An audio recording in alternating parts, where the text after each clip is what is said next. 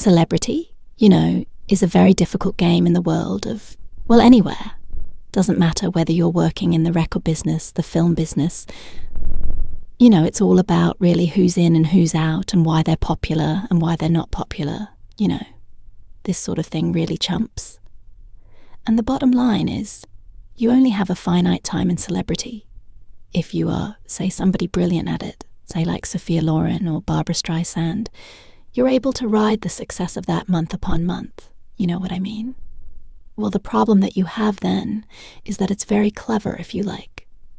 You keep going. And of course your talent shines. And that's the problem. You can keep going on and on and on. If you are just a celebrity because you're a celebrity, like say Meghan Markle, literally, it's very easy to get lost in the ether. And what Meghan's finding now as she's launching this sort of new, phase of her career, whatever you want to call it. Well, people are literally losing interest because if you're not successful, then the problem literally they start to look away, find out who's the next hot thing. And, we see it all the time, don't we? It can be anything from being Donny Osmond in the 70s to in the 80s. Joshua Jackson or whatever that could be, whoever the next person is. That's who they gravitate towards. And this is now the problem for Meghan with a one-time chum. Let me explain. Good to see you. You all right? Thank you so much for your time today. Lovely to have us, ever your company. It's true, though, I haven't worked in celebrity for a long time. I sort of do look at it and think, the problem that you have is how do you really keep them happy during that particular point? That's your problem. And the other problem that you have is truly this, you see, when you sort of fall out of favor, it's very hard unless you are successful to win them back. And this, as I say, is a big problem for Meghan. And this particular woman, Oprah Winfrey. You see, Oprah Winfrey was the darling for Meghan, the ultimate catch. That's the reason why she was invited to the wedding.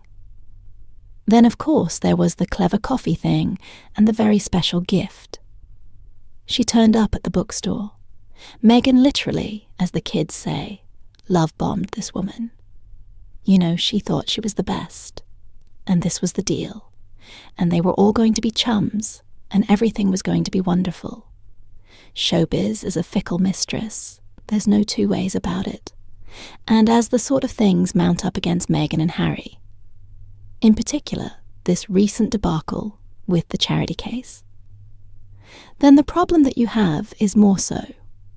Really, you see what becomes a hot topic, becomes the next story. And something like Oprah Winfrey already cast the net around, looking for the next big thing. Told you recently, a goal was to try and convince the Queen to have a sit-down interview. She thought that was possible. Well, this is the world. These people live in this time around, though.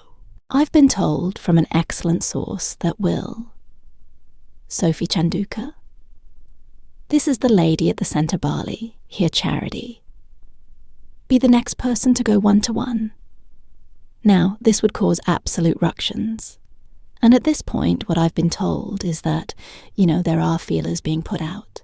And this really depends on what direction this whole thing goes in, good or bad. You know what I'm saying? And clearly at one point, Oprah Winfrey knows that this is an explosive interview, and we've seen her of a recent time moving further and further back. Harry and Meghan become less useful to her, simply because they may be friends. But this is a cutthroat world of business. And to stay relevant, you have to get the next topic. She tried that with Camilla Harris and those town hall things, and that bombed spectacularly. And of course, you won't find any reference of that on Oakleaf's big pages or, websites.